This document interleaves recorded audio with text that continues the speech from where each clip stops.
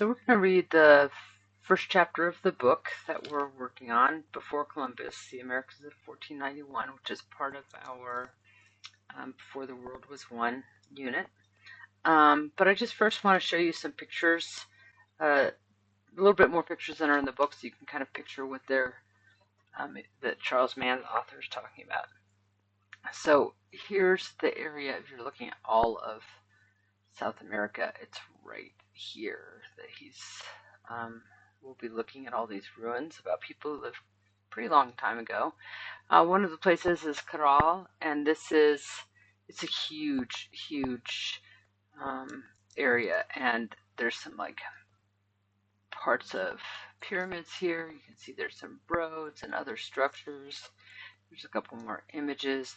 These are the two main pyramids. This is the part of the chapter when you're reading, they're just going to talk about Caral, which is in a valley, and then but a high desert, not on the coast.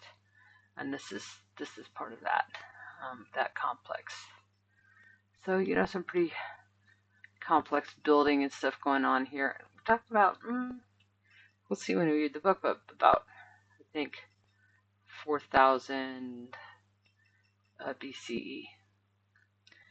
So here's some more of the structure in the building.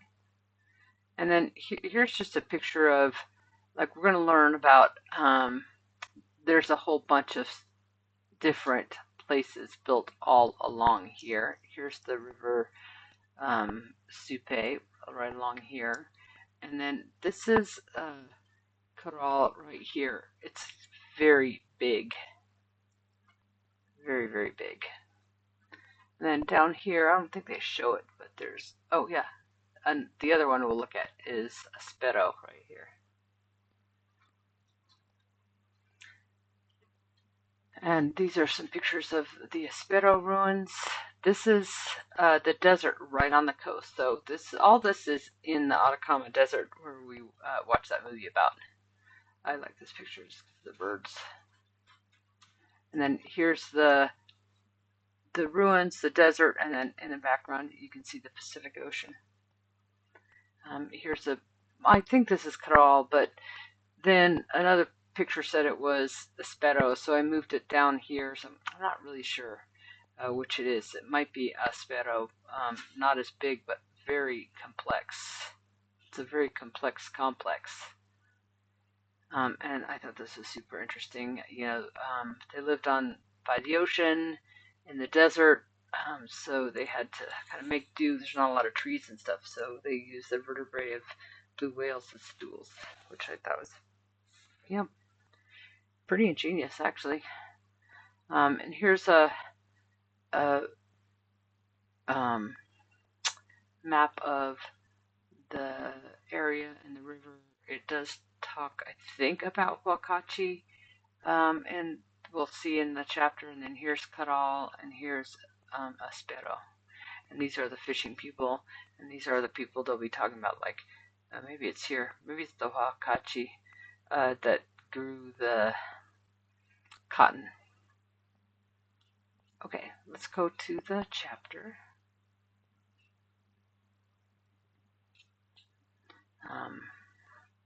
So this is part 1, How Old Was the World?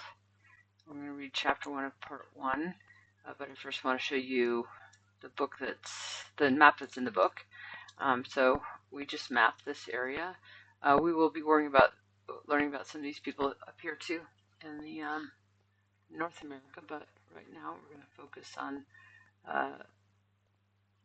South America. And interesting, this map doesn't have any, landforms, but you can picture probably the Andes Mountains. I drew them go along here. They actually come all the way along like that. Maybe you can picture some of the highlands here and here and here.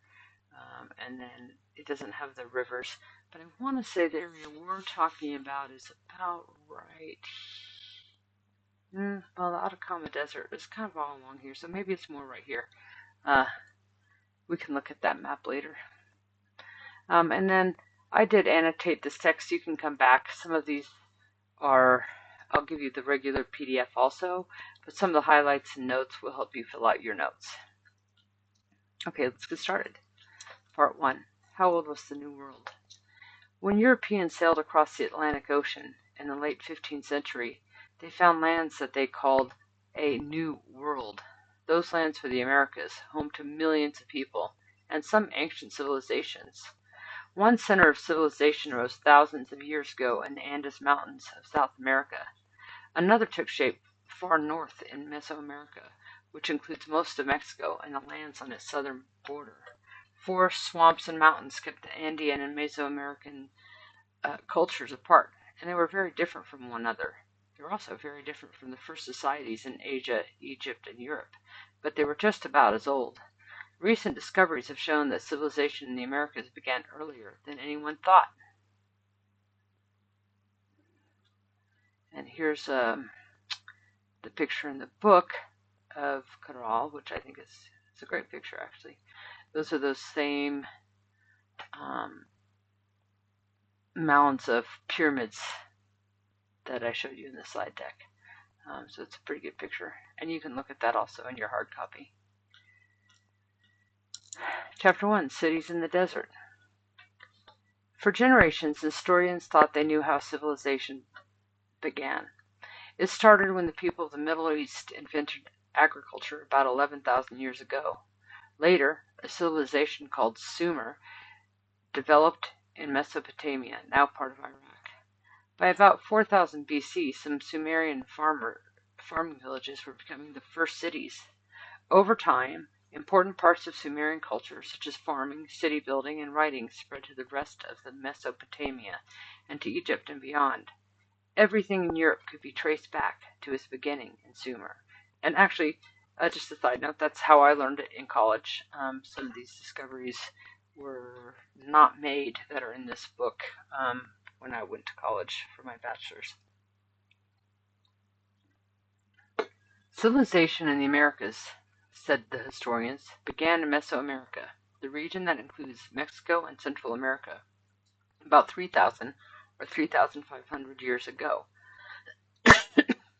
This meant that the American civilization began about the time that the first organized states were taking shape in China, but was much younger than Middle Eastern civilization. At least that's what the experts thought. However, since the 1990s, a series of astonishing discoveries on the coast of South America has given us a new view of the birth of American civilization. 5,000 years ago, there were only a handful of cities in the world. The biggest urban center of all might have been a cluster of small cities in the desert of Peru.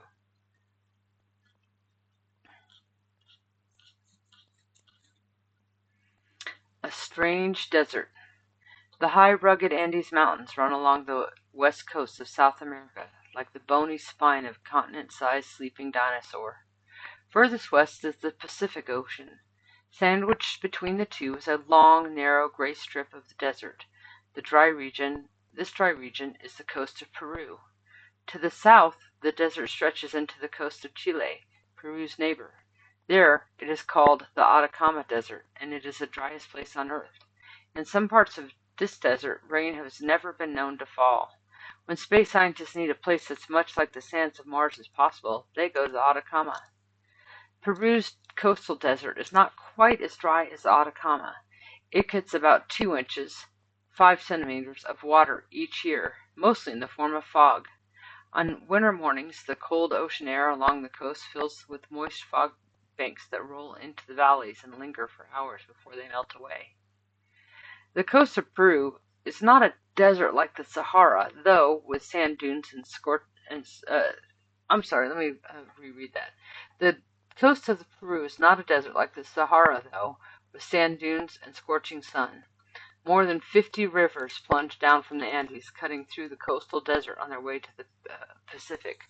Lined with vegetation, these rivers are long green oases in an almost lifeless land. Archaeologists who study ancient people and civilizations have recently found traces of some of the first people to live in Peru's coastal desert. These early inhabitants dug up wedge clams and chased schools of 6-inch drumfish with nets on the beach, and carried the food inland to their base. Signs of their presence on the land date from before 10,000 BC or 12,000 years ago. That's a long time ago.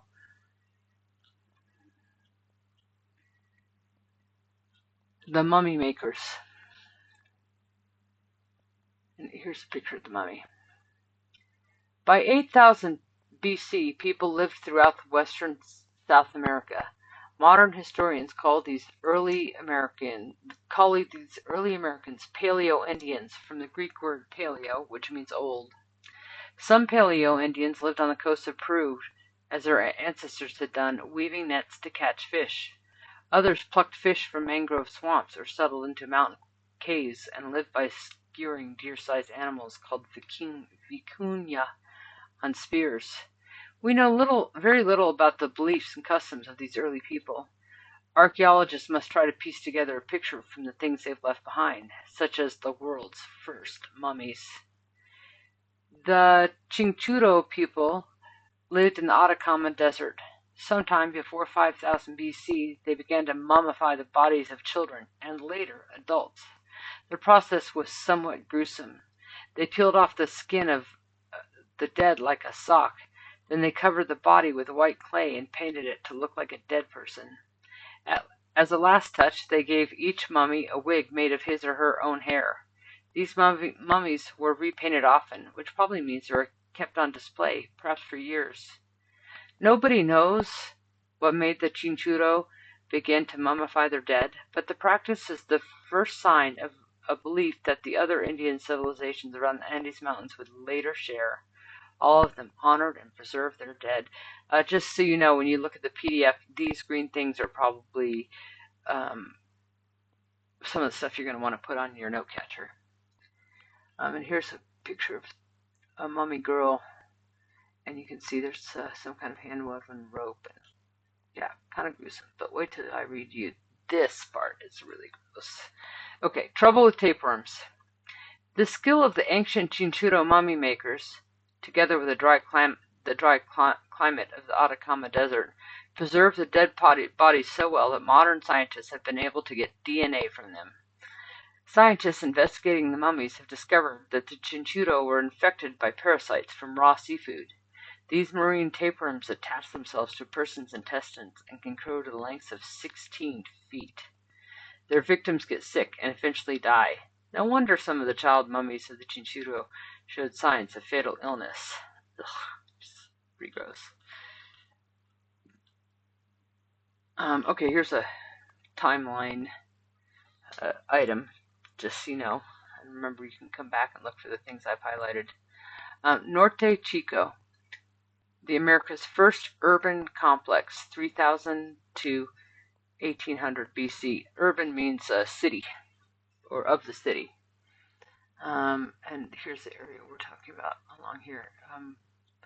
So the surprising cities of the Norte Chico. North of Lima, the capital city of Peru, lies part of the coastal desert known as the Norte Chico. It is made up of 4 river valleys. At the bottom of each valley, a river lined with greenery winds towards the coast. The Norte Chico is dotted with large mounds of earth. For years, some people thought these mounds might hold ancient ruins. Then, in 1941, a pair of American archaeologists made the first serious study of the Norte Chico. They excavated or dug into a place called Aspero in a salt marsh at the mouth of one of the rivers. This is right there. The archaeologists discovered a big trash heap and an ancient building with many rooms. They found no pottery, though, and only a few cobs of Indian corn or maize. This was a puzzle, because maize was supposed to be the Indians' main food. Why were there so few traces of it at Aspero? How had the Indians grown maize in a salt marsh anyway? Salt marsh is really bad soil. It's like a kind of swampy land that's filled with the salt water from the ocean. The age of the Aspero site was a mystery too. In the 1950s, scientists began to develop a tool called radiocarbon dating. It measures how much time has passed since the death of anything that was once alive. Archaeologists could use the new technology to find the age of bone, wood, cloth, leather, and other things containing plant tissue. Not until the 1970s was radiocarbon dating used at Espero. An archaeologist student doing new research there was able to afford some tests. The results surprised him.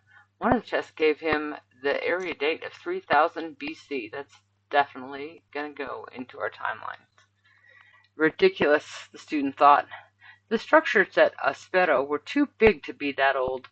That would mean that people who lived in Peru were building big pyramids before the Egyptians, and that would turn history on its head. The student was sure that something had gone wrong with the tests. The next surprise came in 1994 when a Peruvian archaeologist started working on a site called Caral, inland from Espero. She also covered 150 acres of structures. That's a lot. Mount Mahogany is 4 acres, 150 is big, including big stone buildings with apartments. There were also many platforms made of earth that had been piled and packed down. One platform was 60 feet tall and 500 feet long. Caral, it was clear, had once been a major settlement. But how old was it? Radiocarbon dating showed that Caral was founded before 2600 BC. The history books would have to be rewritten. Caral's platforms and buildings had been identified as the oldest known city in the Americas. This situation was short-lived, however. In 2004, a team of archaeologists reported the ages of sites that they had explored along the Fortaleza River in the northern part of the Norte Chico in Peru. Several of these sites were older than Caral. One, with pyramids, let me see if I can pronounce this, Harikanga,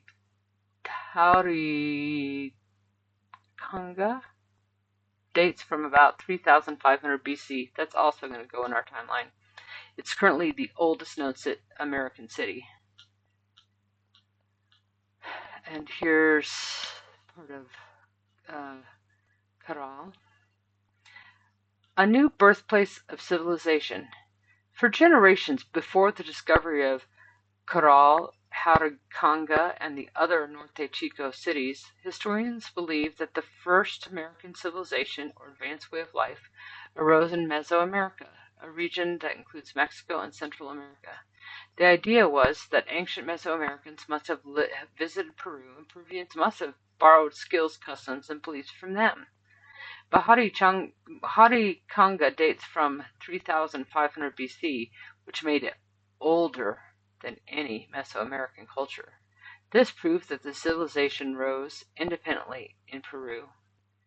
During the 1,000 years after the founding of Harikanga, the people of the Norte Chico built more cities. Archaeologists have discovered about 25 of them so far. None of them was as close to the size of the cities in Sumer, the birthplace of civilization in the Middle East, but taken all together, they were bigger than Sumer. Harikanga and at least 6 other Norte Chico cities had large public buildings, including pyramid-like structures that must have been used for religious ceremonies centuries before the Egyptians. When the people of Norte Chico were building their cities, Sumer was the only other urban center on Earth. So basically, there's what was happening in Norte Chico in one part of the world, and in another part of the world, of course, they had no idea that each other existed. Sumer was the only other urban center anywhere on Earth. At least that's where we're at now in terms of archaeological discoveries. Okay, back to the book. One mound at Harikanga looked like a big sandhill. When the archaeologists started to excavate it, they found, beneath a layer of earth, stone walls that had once been smoothly plastered. They cleared the top of the platform and stairs leading up to it. Soon they could see enough of the structure of the map of its outline. It was 150 feet long and 60 feet 5 in the shape of a huge U, with a sunken plaza in between the two arms. That's kind of how I picture it, but I could be wrong. When the structure was under construction, it was the biggest buildings, among the biggest buildings in the world. Archaeologists called the big mound at Harikanga and those like it in other Norte Chico sites temples, because they had most likely been built for religious reasons. Its size and grandeur would have overwhelmed everyone who saw it. It was certain that constructing this temple took a lot of work. People don't often volunteer to spend their days carrying baskets of heavy rocks to build public monuments, however. Planning and controlling that kind of work takes leaders who have power or influence over others. That's why archaeologists who are studying Harikanga and other nearby ruins say that Norte Chico was the second place in the world after Mesopotamia where the centralized governments appeared. So Mesopotamia is where Sumer is. So these are like two big ideas to remember. Cotton bowls and little fish. No burned buildings, mutilated corpses, or other signs of war have been found in the Norte Chico. The cities were not built for protection or as forts. Instead, they were probably places of worship and perhaps of trade. What did the people of Norte Chico have to trade, though? How did they live? In Sumer, Egypt, India, and China, civilization began with large-scale farming of food crops. Fields of grain fed the growing populations and made civilization possible. Previously, archaeologists and historians thought that all civilization started that way. Well, they were wrong. Now, some think that the Andean civilization was based on something completely different: fishing. The early Paleo-Andean inhabitants of the Norte Chico got most of their food from the sea, not from the land. The ruins of Espero and other coastal sites contain a lot of fish bones, but almost no evidence of food crops. Some researchers suspect that the oldest settlements in the Norte Chico were the coastal fishing communities. Only later did people move inland and take up farming, and when they did turn to architecture, their main crop was not food, but cotton for fishing nets. Dry as it is, the Norte Chico is well suited for irrigation. The land is steep, and the rivers that carry snowmelt from the Andes shoot quickly toward the sea.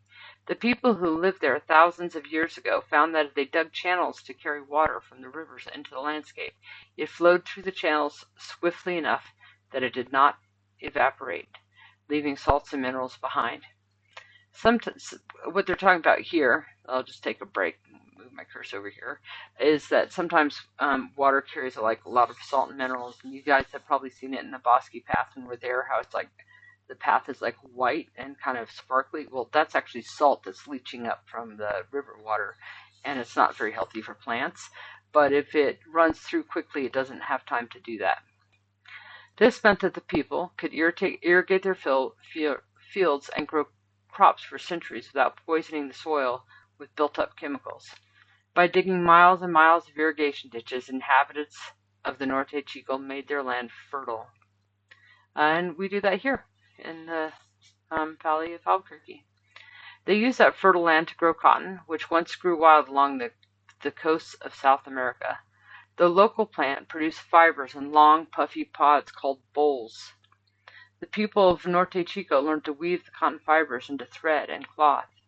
There were no statues or carvings in the ancient buildings of the Norte Chico, but there were some pieces of woven cloth. Cotton was a part of a regional trade network between the coast and the inland towns. People in Harikanga and Caral and other inland towns grew cotton, along with fruits and vegetables in their irrigated fields. People in Aspero and other shoreline settlements caught vast quantities of fish, especially anchovies and sardines, small fish that thrive in the cold currents off Peru's coast. In return for providing fish to the people in inland towns, the coastal people got the cotton they needed for their nets. Was civilization truly based on fishing, not farming? That's one of the many questions that can be answered only by more research in the Norte Chico. Already, though, this long neglected patch of Peruvian coastline is giving historians a new view of the ancient American past. Norte Chico lighted a cultural fire. Over the next 3,000 years, many cultures would rise and fall in Peru. With its large construction projects, its trade, its use of cotton and textiles, Norte Chico may have set a pattern for all of them. And we have a little kind of side note here, the case of the carved gourd. Archaeologists love artifacts. These man-made objects may be tools, pieces of pottery, golden crowns, or simple household utensils such as wooden spoons, but each one has a story to tell. Like the buildings left behind by vanished cultures, artifacts are clues of how people lived, even sometimes what they believed. A carved gourd may be the only surviving trace of Norte Chico's people's gods. The gourd was found in a valley south of Hauricanga, in what seems to be an ancient cemetery. Cut into the surface of the dried gourd is a picture of a sharp-toothed figure, right here. He wears a hat and he holds a staff or a pole in each hand. Some researchers think that this is the oldest image of the staff god who appears in the art and religion of the later cultures of the Andes Mountains, all the way up to the Inca people of modern times.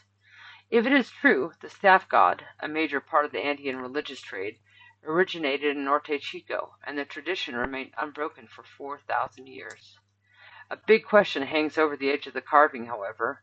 Radiocarbon tests showed that the gourd was harvested around 2200 BC. When the archaeologists found it, though, it was in a layer of material from thousands of years later, between 9000 and 1300 BC. Does that mean that the people treasured and preserved the ancient carved gourd for 3,000 years? Or does it mean that someone who lived around the year AD 1000 came across a 3,000-year-old dried gourd one day and decided to carve a picture of the staff god into it? I mean, I think it could also mean just like, if somebody found it, maybe they just saved it. Maybe they found it already carved. The case of the carved gourd reminds us that even when we find artifacts from distant past, we cannot always discover exactly what they mean. And so here's that really old one, and here's how they're saying it's set. It's like the earliest staff god, and here's some other staff gods. And I'm curious why they think this one's a male. Anyway, so that's it. You can go back through the PDF version of this book if you want help filling out your note catcher.